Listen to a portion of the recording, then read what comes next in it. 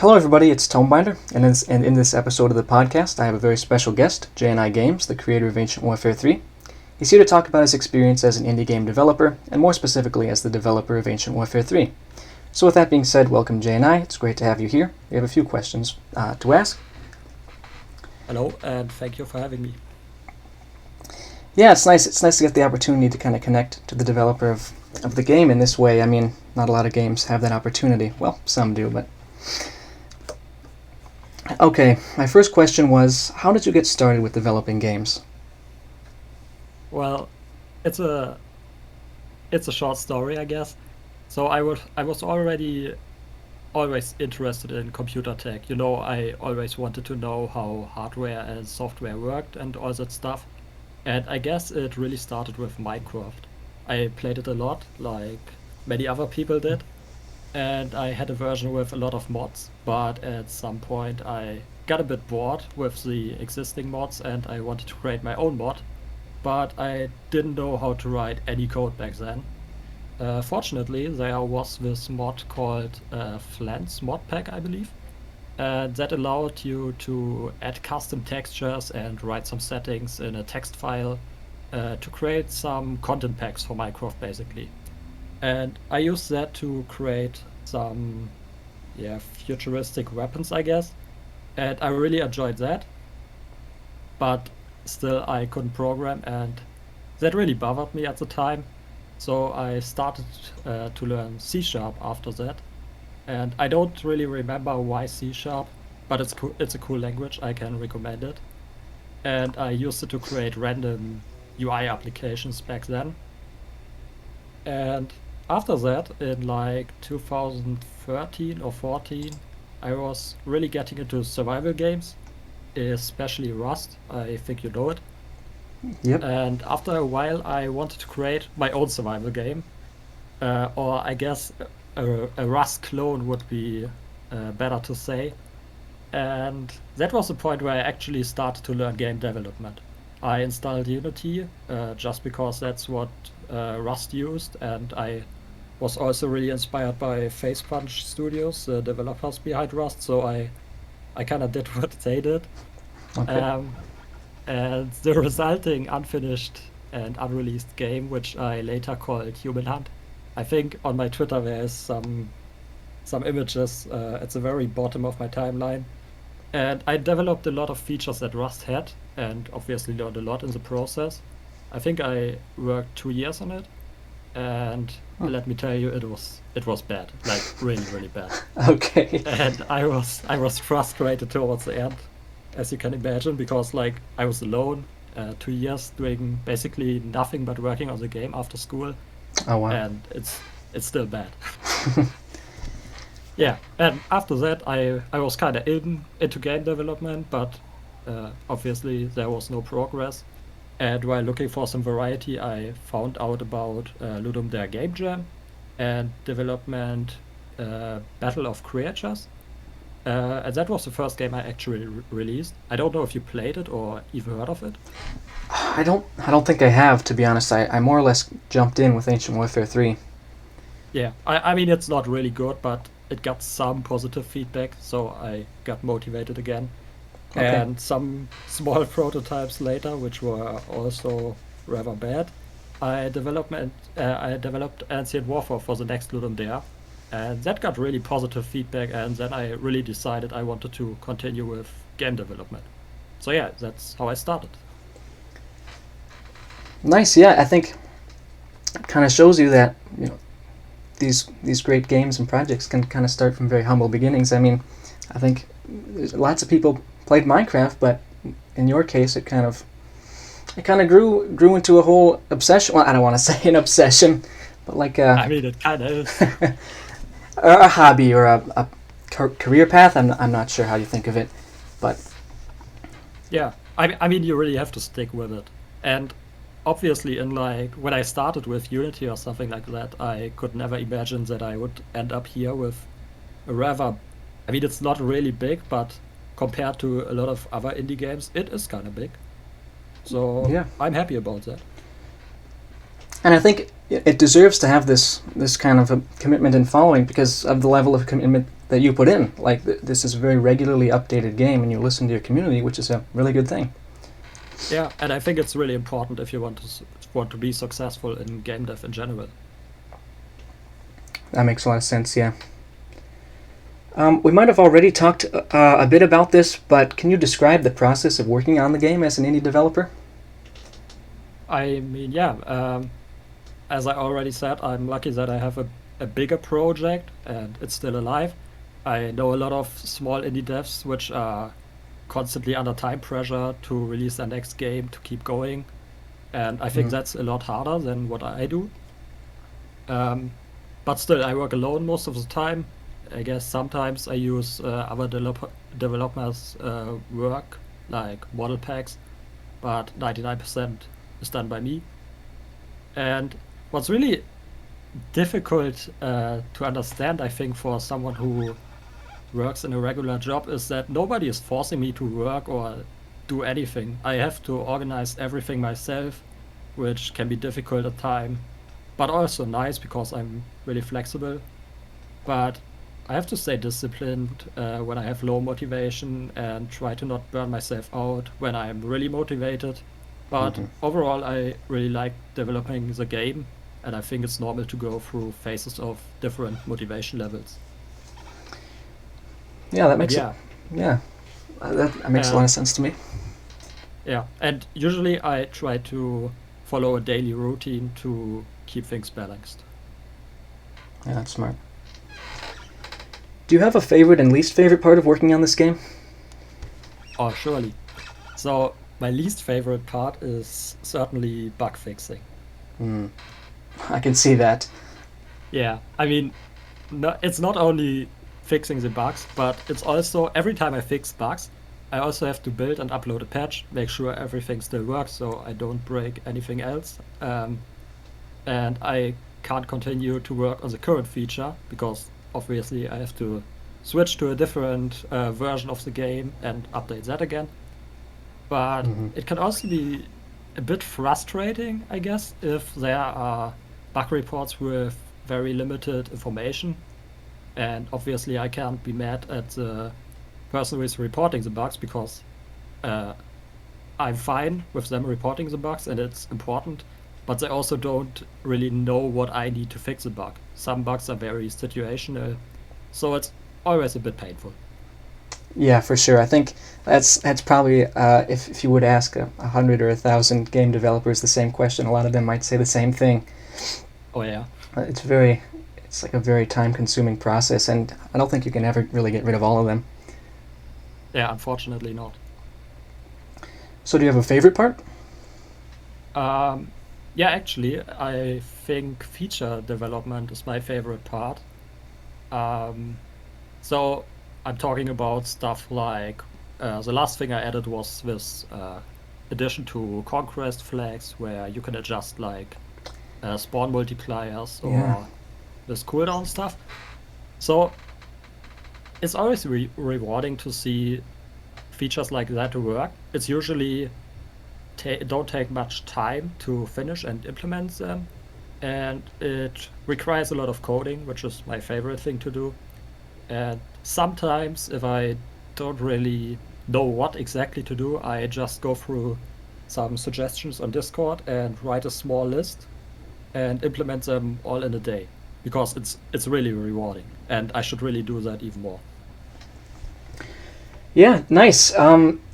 Even just seeing how many new features have been added. I mean, since I got the game, it almost feels like an entirely different game, and I think that also goes to show just how much you like doing it. Oh yeah. Well, have you learned any life lessons from working on this game? Oh God, a lot. Um, I think if I had to pick one major thing I learned, it's patience. You can Okay. probably imagine when Yep. you work on a game, there's a lot of things that could go wrong at any time. Or like, imagine you release an update and suddenly there's a bug that's really preventing players from playing the game properly. So that's unfortunate, and it's important to not start to panic and rush things in these situations. So I think I became really calm and patient while developing the game, and then obviously also if something goes wrong in real life, there too. Nice. So it seems like Um, it's yeah, seems like a good thing to come out of working on this game.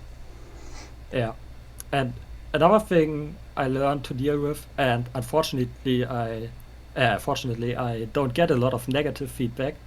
But I used to be very sensitive and almost sad when people wrote something negative about the game or Mm. me as a developer. It's even worse.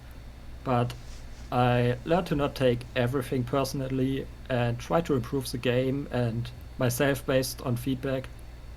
Well, unless sometimes there's some nonsense feedback and I shrug that off and that's it. Yeah, and that's a skill too, is to just kind of know when to take your hands off and just move on. Yeah. But it took some time to learn. I mean, you can probably imagine if you take all the negative stuff personally, it's really hard. Yeah, definitely. So we've talked a lot about the the different tasks that you undertake as the kind of sole creator of this game. What's your main focus right now? What are you working on at the moment in Ancient Warfare 3? Well, after a big update, like the custom equipment stuff, it usually takes some time to fix all the bugs that result from it. So Mm-hmm. I'm still working a bit on that, but I'm getting there. I hope uh, on Monday that's the last patch for that. And other than that, I'm working almost exclusively on the custom object creators now. Okay. Yeah, I've heard a lot of people talking about that. That'll be a big change. Yeah, and also I kind of underestimated it a bit because, like, obviously after implementing the custom equipment stuff, the game is ready to receive basically all kinds of content, even like let's say custom units. That's not planned at the moment, but like the game can already support custom objects, but I have to think about how to split them and make them easy to create, kind of create categories. But yeah, there's a lot of stuff to do and a lot of designing, but I'm getting there. Yeah, I think if you were to talk to anybody who's played this game, a lot of them would call it more of even its own game engine at this point. There's so much possibility for customization, which is really awesome to see. Yeah, I agree with that. So we've already sort of touched on the next question, which was going to be what does the future look like for Ancient Warfare 3? And obviously you said the main project you have at the moment is custom object creators, but if there's anything else, this would maybe be the time to talk about it. Yeah, I mean, based on the number of suggestions and possible features and content and all that, I could continue to develop the game like that for years. But after the custom object creators, I kind of want to take a break. Also, not actually taking a break, but think about how the game is looking at that point.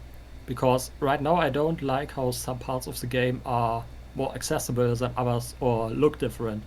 For instance, and I think you, as someone who created awesome campaigns, will agree with me. Campaigns are not really visible enough. The settings feel a bit, I guess, complicated and lacking. And with features like custom scripting, the game has a lot more potential for telling interesting stories, right? Definitely.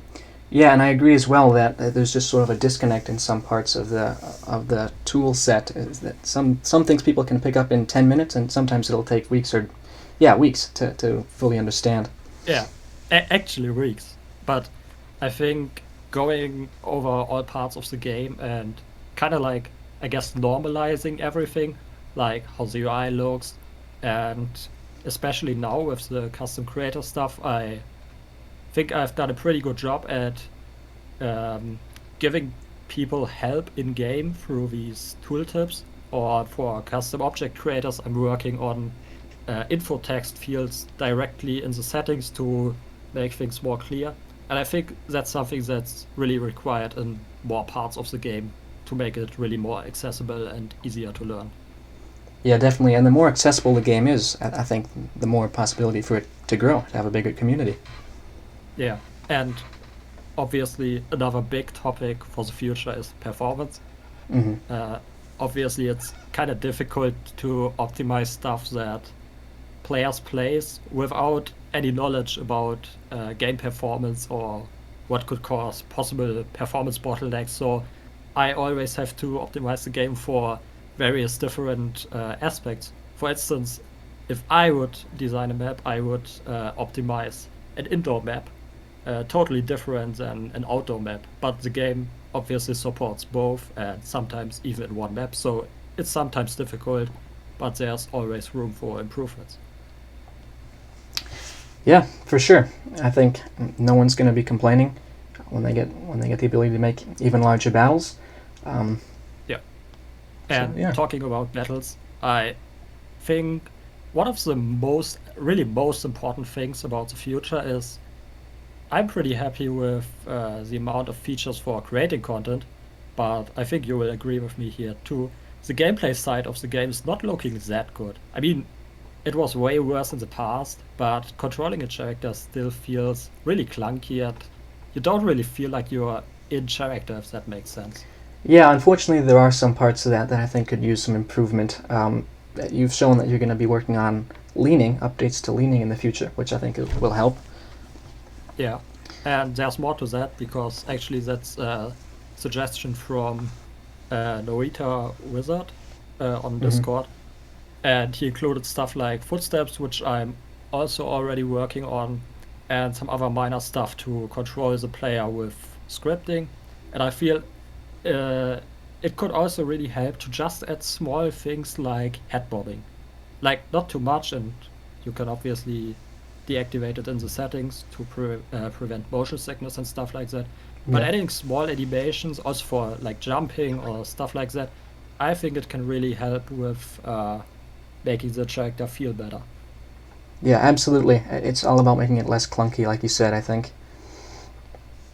Yeah, and what do you think is important for the future?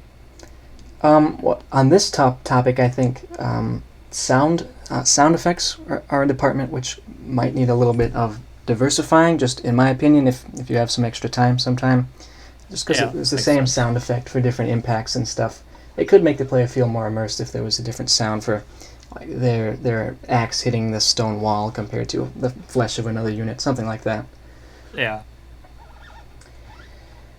I and think also I think like excuse me, I think also some parts don't even have sound. Sometimes the game really feels yes. quiet, I guess. So maybe some sounds for I don't know if you place a unit or an object in the editor, maybe there should even be a small sound effect, not one, a few to vary it a bit. But there's a lot of things I can do with sound. Yeah, just I think just make it more like reactive to the player. I guess would be kind of fun. Yeah, Yeah. Well, if that's all you had to say, I do like talking about where this game's going to go. I have a lot of fun with it. But I did have another question to kind of round things off. yeah, sure. It was just, do you have anything to say for the people who play Ancient Warfare 3, or is there anything more you want to add or talk about? Yeah, I have to say I'm always really impressed by what the community is able to create with this game. Like not only YouTube videos or stuff, but going through the Discord with screenshots, or sometimes there are videos, or rarely, unfortunately, but sometimes I can jump into the map and have some time to play around, and I see completely like new mechanics powered by visual scripting. That's just impressive. And even without scripting, there's a lot of great content like stunning looking units or just environment design. I sometimes I think like I couldn't even have done that environment design. Obviously, I'm more of a coder than an artist, but it's really impressive to see all that and also motivating. Yeah, that makes sense. Yeah, it's a great community right now. I think we're in a really good state. Yeah. And to other map unit and equipment makers, keep up the great work. All right, well, that's great. I'm definitely going to send this out to different places, and so hopefully other people can kind of get the message and hear what we've been talking about. But yeah, thank you again for coming on to this podcast here.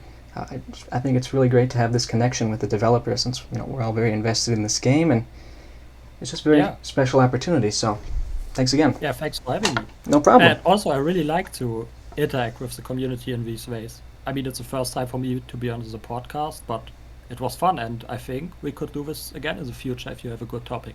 Yeah, I think so too. That would be great. Well, I guess we'll be in touch then, and I'll keep playing the game and have fun continuing to develop it. Yeah, thanks. So, all right. Well, I guess we won't take up any more of your time, so I'll see you around on the server. Bye. Bye.